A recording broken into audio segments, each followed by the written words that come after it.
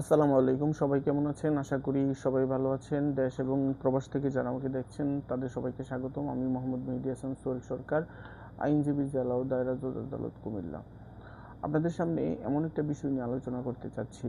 সেই বিষয়টা আমাকে অনেকেই এ বিষয়ে প্রশ্ন করেন, দেশ এবং প্রবাস থেকে জানতে চান যে স্যার, আমার স্ত্রী কোনো কারণ ছাড়াই আমার সাথে বসবাস করতে চাচ্ছে না, আমার কথা শুনতেছে না, এবং সে একটু আলাদা বসবাস করতে চায়।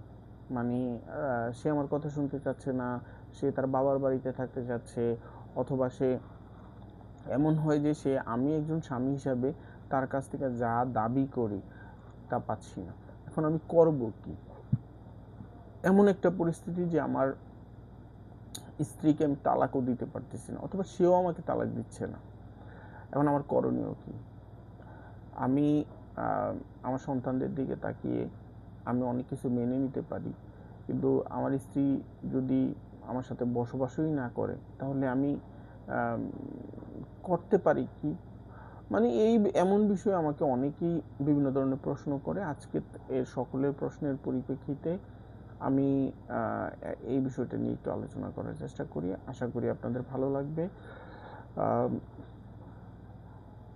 স্বামী চাইলে স্ত্রী দাম্পত্য জীবনটা যদি প্রপারলি মেনটেন না করে, তাহলে দাম্পত্য জীবনটা পুনরুদ্ধারের জন্য আপনার মামলা করতে পারেন। এর জন্য নির্দিষ্ট বাংলাদেশে আইন আছে, তবে এই আইনটা দেওয়ানি আদালতে করতে হবে, অর্থাৎ সিভিল জজের নিকট করতে হবে। বর্তমানে তাদেরকে সিভিল জজ বলা হয়, সহকারী সিভিল জজের নিকট করতে হবে। অবশ্যই আপনি একটা ভালো রেমেডি পাবেন। এখন আমি বিস্তারিত আলোচনায় যাচ্ছি। স্ত্রী কোনো যুক্তিসঙ্গত কারণ ছাড়াই যদি স্বামীর সাথে বসবাস করতে না চায়, তাহলে স্বামী পারিবারিক আদালত অধ্যাদেশ, অর্থাৎ 1985 সালে যে একটা আইন হয়েছে, যেটার নাম হচ্ছে পারিবারিক আদালত অধ্যাদেশ 1985 অনুযায়ী পারিবারিক আদালতে দাম্পত্য জীবন পুনরুদ্ধারের মামলা দায়ের করতে পারেন। এই আইনটা 1985 সালে আইন হয়েছে, পারিবারিক আদালত অধ্যাদেশ আইন। এই আইনে দাম্পত্য জীবন পুনরুদ্ধারের মামলা করতে পারবে যদি আপনার স্ত্রী তালাক না দিয়ে আপনার সাথে তালাক না দিয়ে অর্থাৎ তালাক দিলে তো দুজনের যেই বৈবাহিক চুক্তি, যে বৈবাহিক সম্পর্কটা সে ভেঙে গেল। অর্থাৎ আপনাকে তালাক না দিয়ে সে যদি তার মতো করে আলাদা বসবাস করতে চায়, আপনি পারিবারিক আদালত অধ্যাদেশ 1985 অনুযায়ী আপনি দাম্পত্য জীবন পুনরুদ্ধারের মামলা করতে পারবেন। এখন হচ্ছে এই যে মামলাটা যে করবেন, এই মামলাটা করার ক্ষেত্রে আপনি অবশ্যই স্বামীর বৈধ স্ত্রী বা অর্থাৎ আপনার স্ত্রী, আপনার বৈধ স্ত্রী হতে হবে এবং আপনি তার বৈধ স্বামী হইতে হবে। অর্থাৎ কেউ যদি লিভ টুগেদার করে পরবর্তীতে আবার দাম্পত্য জীবন বা আপনার শরীয়ত, বাংলাদেশের আইন এবং যেই রিকোয়ারমেন্ট আছে একটা বৈধ বিবাহ হওয়ার জন্য, যেই রিকোয়ারমেন্ট আছে সেগুলো পূরণ করা বিয়ে যদি হয়, তখন আপনি দাম্পত্য জীবন পুনরুদ্ধারের মামলা করতে পারবেন। এই মামলার মাধ্যমে স্বামী আদালতকে অনুরোধ করতে পারে যেন স্ত্রী স্বামীর ঘর সংসার করে এবং এমন নির্দেশনা দেওয়ার জন্য। এই আদালতের স্বেচ্ছাধীন ক্ষমতা বলে উপযুক্ত সাক্ষ্য প্রমাণ বিচার বিশ্লেষণ করে একটা নির্দেশনা দিবেন। আইনি পদক্ষেপ ও প্রতিক্রিয়াটা কেমন হবে সেটা একটু আলোচনা করি। মামলা দায়ের, প্রথমে আপনি মামলাটা দায়ের করবেন স্বামী তার এলাকার পারিবারিক আদালতের, অর্থাৎ সহকারী সিভিল জজ আদালতে আর্জি বা পিটিশনের মাধ্যমে দাখিল করবেন। এখন আর্জি বা পিটিশনের মধ্যে থাকতে পারে আপনার কাবিনের কাগজপত্র সহ আপনার বৈবাহিক সম্পর্ক বা বিয়েটা বৈধ সেই বিষয়ে প্রয়োজনীয় ডকুমেন্ট সহ আপনার দাখিল করতে হবে। এবং এই ক্ষেত্রে প্রয়োজনীয়তার একটা ব্যাপার থাকে যে স্বামী স্ত্রী আলাদা থাকতে হবে এবং স্ত্রী আলাদা থাকার কোনো যদি স্ত্রী আলাদা থাকার কোনো বৈধতা অর্থাৎ নিষ্ঠুরতা, ভরণ পোষণ না দেওয়া, এমন বিষয় কিন্তু থাকা যাবে না। অর্থাৎ এমন কোনো আচরণ স্বামী করে এটা যেটা মানে স্ত্রী আলাদা থাকলে নিরাপদ থাকবে, বিষয়টা এমন হওয়া যাবে না। অর্থাৎ যদি স্বামী পরিপূর্ণ সুস্থ সবল ফ্রেশ, অর্থাৎ তার কোনো ভয়ঙ্কর অথবা পারিবারিক এমন কোনো অবস্থা তৈরি করে না যে স্ত্রী তার কাছে অনিরাপদ, ভরণ পোষণের যদি পরিপূর্ণতা ভরণ পোষণটা প্রপারলি দিতে পারে, অথবা ভরণ পোষণ সহ নিরাপত্তার কোনো সমস্যা যদি না থাকে, সেই মুহূর্তে কিন্তু আপনার দাম্পত্য জীবন পুনরুদ্ধারের মামলাটা করতে পারবেন। তা না হলে কিন্তু এই মামলাটা করা যাবে না।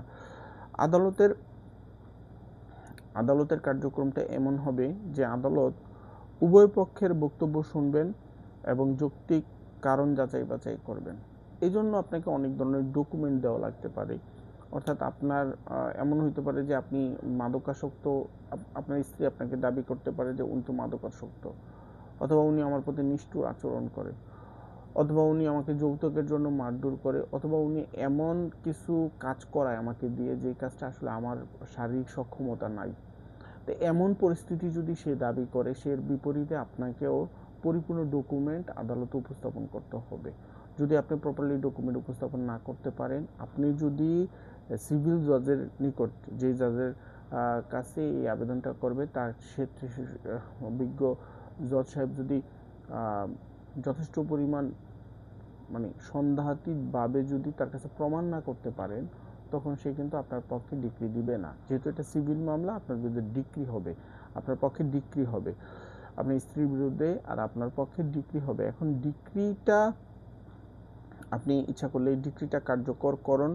আরেকটা বিষয় হচ্ছে যে ডিক্রি দিলেই হবে না, ডিক্রিকে রায় হিসাবে কার্যকর করতে হবে। এটাকে